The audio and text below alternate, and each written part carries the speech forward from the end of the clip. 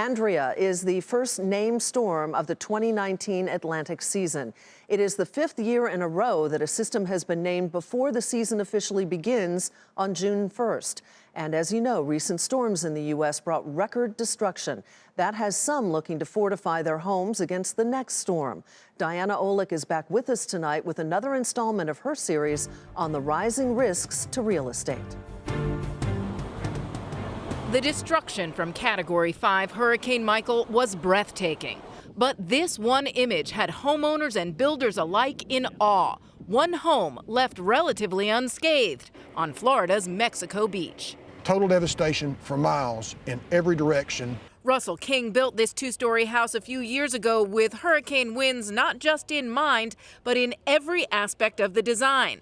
It sits 12 feet above the ground and is anchored 28 feet into the ground. I felt like it had a better chance of fighting the storm. Now, 7 months later, King says it is not enough. The storms are, in my opinion, from what I've seen, getting stronger. He learned from Michael and is upgrading his home yet again. All this cross bracing is new. That wasn't there. All that foam was new. That happened last month.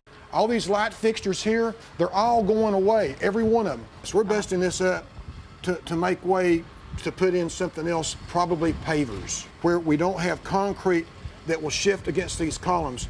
King is fortifying the house well beyond any current building codes. His next-door neighbor built to the highest local code 2 years ago, but the home is a total loss. New mandatory building codes adopted after Hurricane Andrew have improved hurricane resistance in Florida's new construction. Nationally, the Insurance Institute for Business and Home Safety created a hurricane fortified standard a decade ago, meant as a guideline for builders and owners. But so far, only 8,000 homes have that designation. Those that do sell for 7% more, according to a University of Alabama study. The technology to fortify homes has advanced dramatically, but the demand for it actually really hasn't. And that may be because homeowners mistakenly believe that it's wildly expensive. I wouldn't describe it as cost prohibitive. We actually focus on low to moderate income homeowners, and this is built balancing that along with safety. Lance Reddig is the local executive director with Habitat for Humanity, which has built 81 homes in the Panama City area.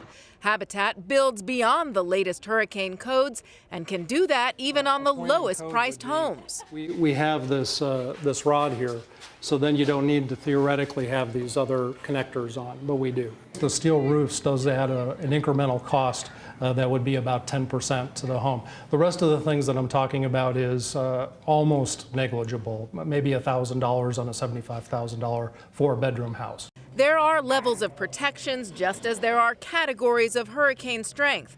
The latest Habitat homes fared better than their neighbors in Hurricane Michael, but Russell King isn't taking any chances. We'll spend easily another $100,000. Do you believe that there's such a thing as a hurricane-proof house? No. No. For Nightly Business Report, I'm Diana Olick in Panama City, Florida.